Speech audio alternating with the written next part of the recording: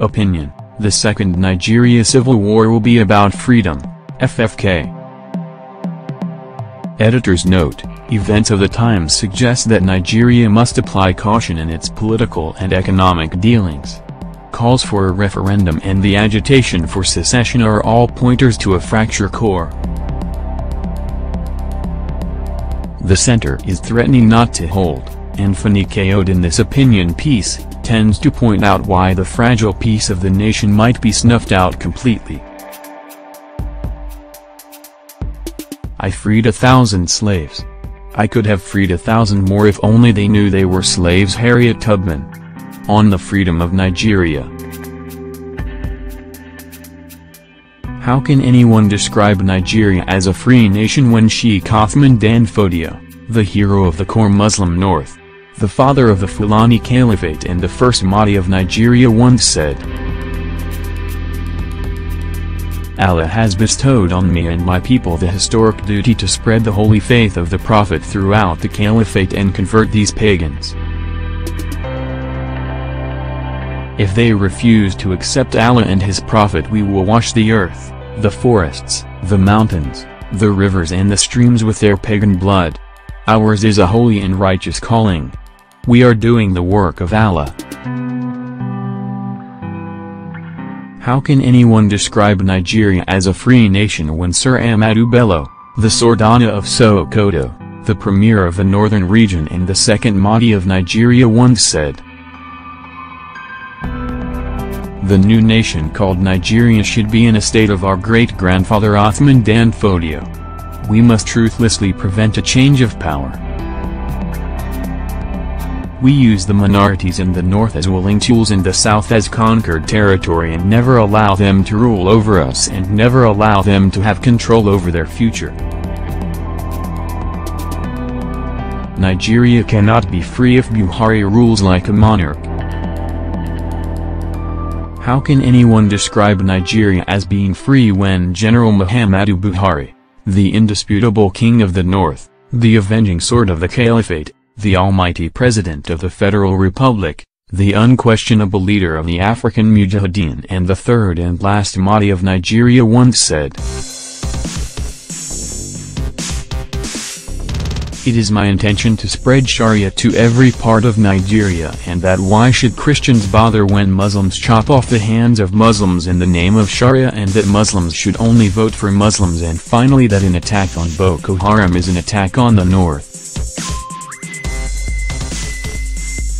What portion do those of us that are Southerners and Middle Belters have in this so-called free country, and why have we been consistently denied the right to decide whether we wish to remain in it by having a referendum? Were we born to be slaves whilst others were born to rule? God forbid it. My Christian faith teaches me that I am the head and not the tail. It teaches me that it is a sore sight and a great evil under the sun to see the sons of slaves riding on horseback whilst the sons of the king walk around on bare feet. It teaches me that we are the head and not the tail, and that light is meant to overcome darkness and not that darkness overcomes the light. The truth is that whichever way you look at it, Nigeria is not free and Nigeria is not one nation. We are in bondage and servitude to the sons and daughters of Fugajalon, and we are badly divided. That is the subject of this essay. Permit me to share some bitter truths here. FFK argues that Nigeria cannot be a free nation if its leaders are not operating under the rule of law. Nigeria is not a nation. I repeat, Nigeria is not a nation. As a matter of fact, she was never a nation. She is and has always been a monumental fraud and a manifestation of colonial Britain's doublespeak and deceit. In 1947 she was rightly described as a mere geographical expression by Chief Obafemi Awolowo, but since then she has degenerated even further. Today she is no longer a mere geographical expression, but instead a fully fledged and dysfunctional vassal state and a colony of timid slaves that is owned lock, stock and barrel by the all-powerful, all-seeing and all-knowing Fulani hegemonists. Yet in their pitiful delusion and blissful ignorance some still claim that we are a free modern nation-state where all are equal. My questions for those that actually believe this nonsensical assertion and that espouse this erroneous notion are as follows. How can anyone describe Nigeria as being free when Christian religious knowledge, Greek, is removed from the curriculum and Islamic Arabic studies, IAS, is made compulsory? How can anyone describe Nigeria as being free when Christians are banned by law from buying land to build churches in most parts of the core north? How can anyone describe Nigeria as being free when every single security and intelligence agency in the nation except for the Navy is headed by a northern Muslim? How can anyone describe Nigeria as being free when there are no Christian commanders, that is those that have operational control over troop deployments, in charge of strategic commands in the Nigerian army today? How can anyone describe Nigeria as being free when all the strategic commands in the Nigerian army are in the hands of Muslims? How can anyone describe Nigeria as being free when all the units under the Education Ministry are headed by northern Muslims and the Minister of Education himself is a Muslim? How can anyone describe Nigeria as being free when the words Christ, Church, Christianity or Christian are not mentioned once in the Constitution and when the word Sharia is mentioned 73 times, Grand Qadi 54 times, Islam 29 times and Muslims 10 times? How can anyone describe Nigeria as being free when, since Buhari came to power, any mention of Jesus or God is censored out of Nigerian films by the Nigerian Censors Board whilst the word Allah is mentioned freely? How can anyone describe Nigeria as being free when there is an obvious and relentless attempt to Islamize the country? How can anyone describe Nigeria as being free when there was an attempt by President Buhari to quietly pass a law that will give large tracts of land to Fulani herdsmen in every state of the Federation so that they can infiltrate, settle down in, breed with and eventually overwhelm and take over all the communities in which they were given that land? Hate speeches from the north. How can anyone describe Nigeria as being free when the federal government refuses to arrest the elderly Professor Ango Abdullahi and the rebellious, recalcitrant, blood-baying and bloodthirsty Arewa youths and lock them all up for their implicit threat to commit genocide against the Igbo if they don't leave the north by 1st October?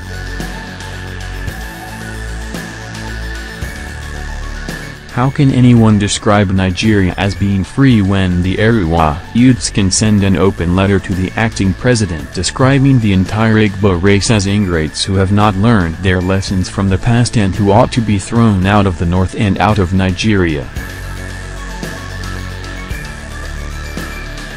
How can anyone describe Nigeria as being free when the Northern Youth Leaders Forum, NILF, can tell the federal government that Nigeria will boil, that there will be a crisis that will spiral beyond control if the Arewa youths are arrested and that the presidency will not be allowed to go to the south under any circumstances in 2019? How can anyone describe Nigeria as being free when well-armed Fulani militants and herdsmen commit genocide against whole communities and yet not one of them has been arrested? How can anyone describe Nigeria as being free when cows, yes cows, drive children out of their classrooms in Edo State and drive worshippers out of their churches in Benue State? How can Nigeria be described as being free when Medial appear to be above the law?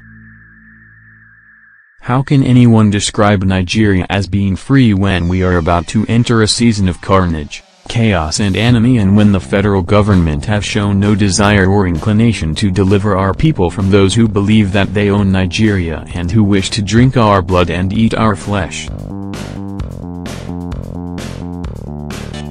How can anyone describe Nigeria as being free when those in power today, together with the entire House of Fulani ruling class, have consistently said no to restructuring? No place for rule of law. How can anyone describe Nigeria as being free when the cabal that know that Buhari's health will not allow him to come back to rule wish to use the slaughter of the Igbo as a reason and a scapegoat to cause crisis in the country and truncate our democracy rather than allow a Southern Christian president to continue in power? How can anyone describe Nigeria as being free when the leaders of the ruling APC are considered as being above the law and continuously commit all manner of crimes and acts of corruption with impunity, whilst dissenters, opposition figures and the perceived enemies of the government are subjected to horrendous persecution, media trials and the brazen violation of their human rights and civil liberties?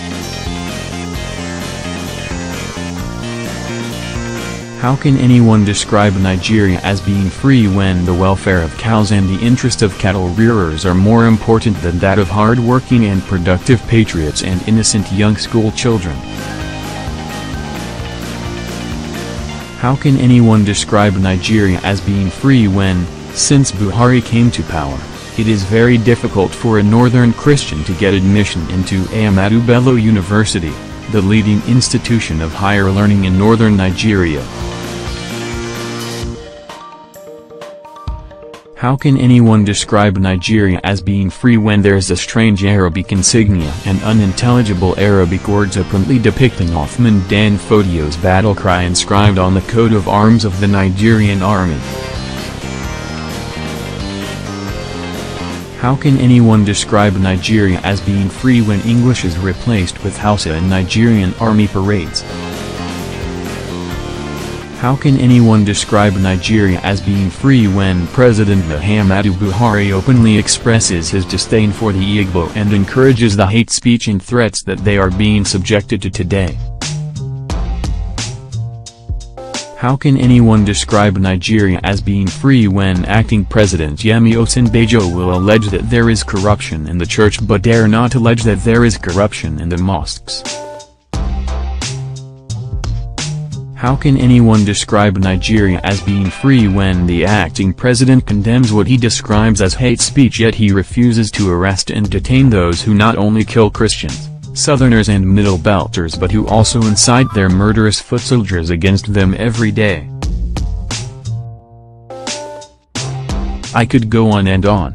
What those that continuously threaten others with violence and carnage fail to appreciate is as follows. For every mujahideen there is a crusader. For every tyrant there is a deliverer. For every oppressor there is a freedom fighter.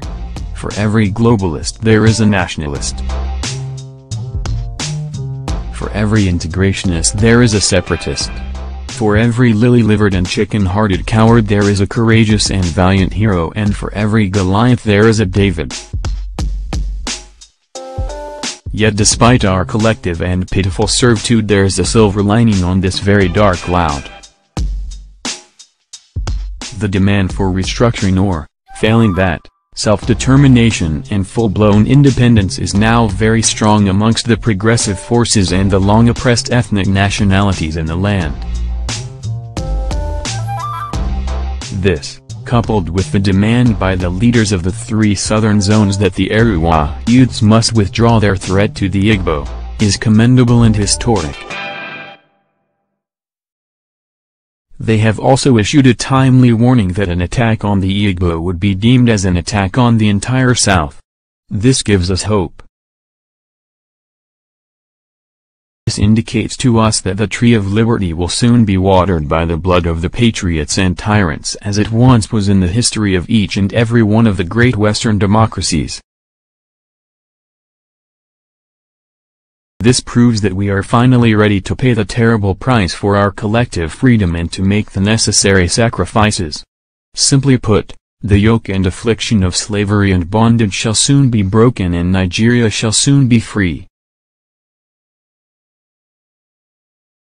The first Nigerian civil war was about keeping Nigeria one. The second will be about winning our freedom.